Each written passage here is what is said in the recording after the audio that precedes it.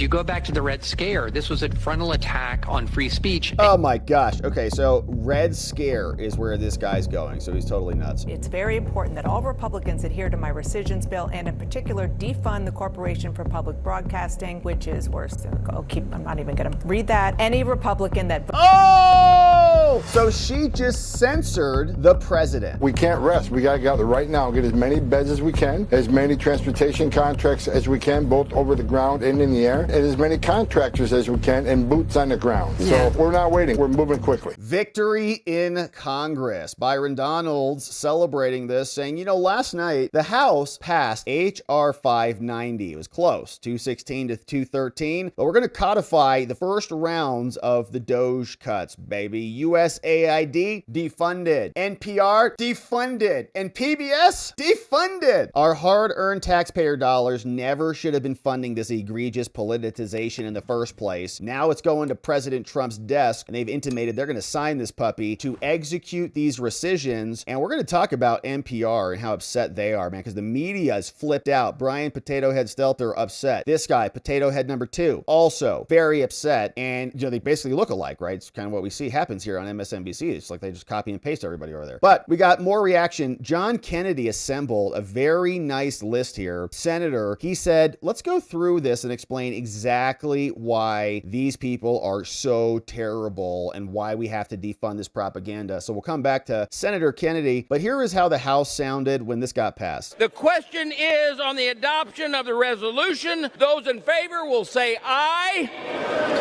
Those opposed, no. In the opinion of the chair, the ayes have it. Mr. Speaker, I ask for a recorded vote. The recorded vote is requested. Those favoring a recorded vote will rise. All right. The nays are 213. The resolution is adopted. Without objection, a motion to reconsider is laid on the table. All right, so it gets passed and the media fuming about it. Here's Brian Stelter saying, this is the end of an era. Not happening now. No, this is the end of a publicly funded media era. This dates back to the days of black and white television. You know, back in the 60s, Congress saw a value for PBS and NPR, but no more. As a result of this rescission, radio and TV stations will have to lay off staffers and cut back on programming. Some smaller stations will suffer more than bigger stations, right? Popular shows like Daniel Tiger's Gone. Go get your own funding and do quality programming. Stop getting propped up by the federal government and the American taxpayer for your propagandized fake news. And there was a lot of it. So as we saw, Kennedy gave us a nice explanation on some of the highlights of the worst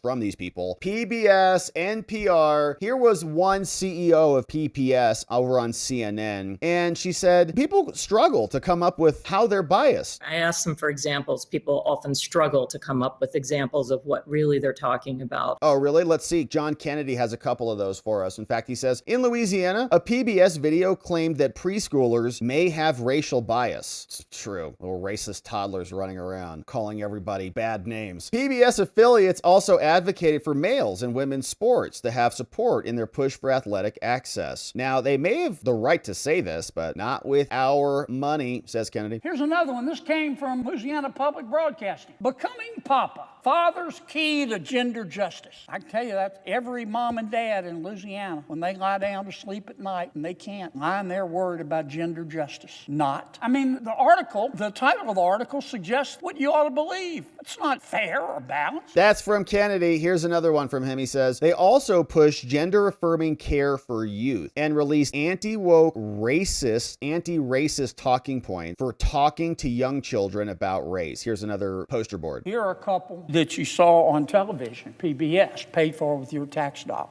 First headline, talking to young children about race and racism. Another headline, how America's history of racism connects to divisions today. Another headline from PBS, the hidden racism of young white Americans. Your tax dollars. Another headline, AP fact check, Trump seeds race animus with COVID falsehood. Another headline, Biden trumpets economic gains but struggles to get credit. That's all they do. There was a bunch of that. Remember, Kennedy has been doing this for quite a while. You get the gist of it. But now their funding is gone. on. And this was the same entity and set of entities that didn't want to talk about the Hunter Biden laptop. Remember, they said, we don't want to waste our readers' times with this salacious, irrelevant Russian propaganda. Turns out it was all true. And they lied about it to cover it up. Now, here was Brian Stelter's cousin, I think, I'm not sure, who is also on MSNBC, and he is very upset about this. That as well. So, David, can you put into perspective, put it in perspective how much for us, the David. NPR case is escalating a nationwide culture attack on free speech? Yeah, I've not seen anything like this in my adult lifetime. I think we're looking at a comprehensive attack on free speech that is maybe most reminiscent of the Red Scare. And, you know, the one thing that is so particularly pernicious about it is that Donald Trump is very shrewd, politically shrewd in his attack. He's taking on a lot of institutions that a lot of Americans don't like. So, for example, elite universities. You're not exactly going to get millions of Americans in the streets for elite universities, or white shoe law firms. People aren't going to be in the streets for white shoe law firms, or for big media outlets where he sued them for defamation, etc., or retaliated against them. So he's choosing many of these politically unpopular targets, but that's the classic move of the censors. If you go back to the Red Scare, this was a frontal attack on free speech. Oh my gosh. Okay, so Red Scare is where this guy's going, so he's totally nuts. And we also had this clip. Yeah,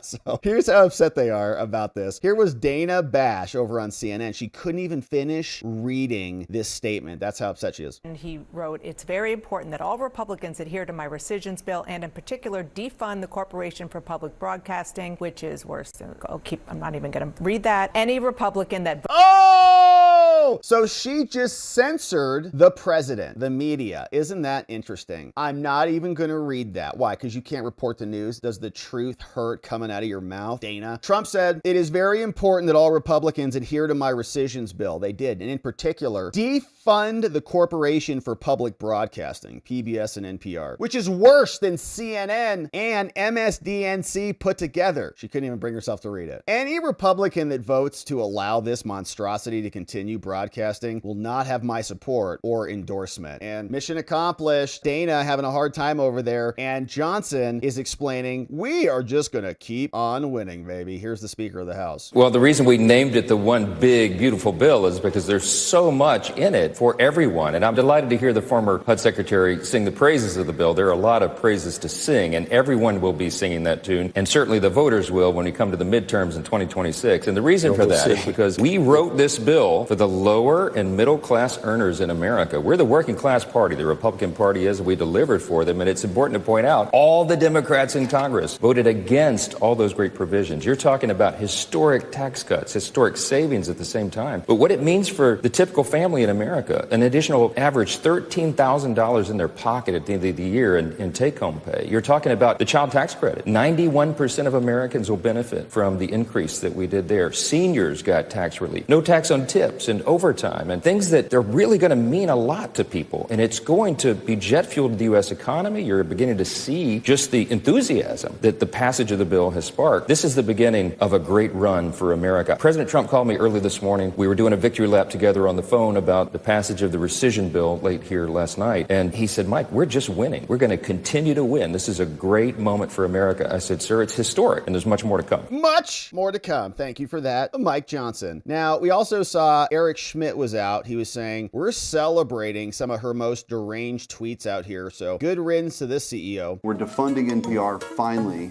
I thought it'd be appropriate to maybe read some of the craziest tweets. Okay, I don't want to listen to the music. Neither does anybody. So thank you for that, though. So we got now Tom Homan explaining the money is going to be respent on other things. And Tom Homan is saying, we got more money. Now we're going to convert that to ice beds. So get ready. No more NPR garbage. Now we get some ice beds. It's the most secure border in the history of this nation. The President Trump, his leadership, his executive orders, and the men and women of the Border Patrol, the 20,000 men and women standing on that front line every day, 24/7. So God bless them. They're out there doing America's work. Look, I'm with the president. I mean, we need detention beds. Thank goodness we got the big, beautiful bill passed, because right now we got about 59,000 in custody. But this morning I woke up, we got less than 400 beds available. 400 empty beds right now. We'll fill them, by noon. So we're constantly chasing our tail, trying to get as many removal flights as possible to clear up some more beds so we can continue arresting the worst of the worst. So I'm with the president. We need the beds. We got to get the 100,000 beds, maybe even more. We have the money to do it. So we can't rest. We got to get out there right now, get as many beds as we can, as many transportation contracts as we can, both over the ground and in the air, and as many contractors as we can, and boots on the ground. So we're not waiting. We're moving quickly. All right, so lots of changes happening, right? Some of the federal government losing some cash. We're getting some resources in other areas where we actually need it for things that actually help America, and we're happy to see it. So NPR and PBS, they can exist. They can just go get their own funding. We don't have to pay for it anymore. And our federal government can rein in the spending and spend it on things that actually matter.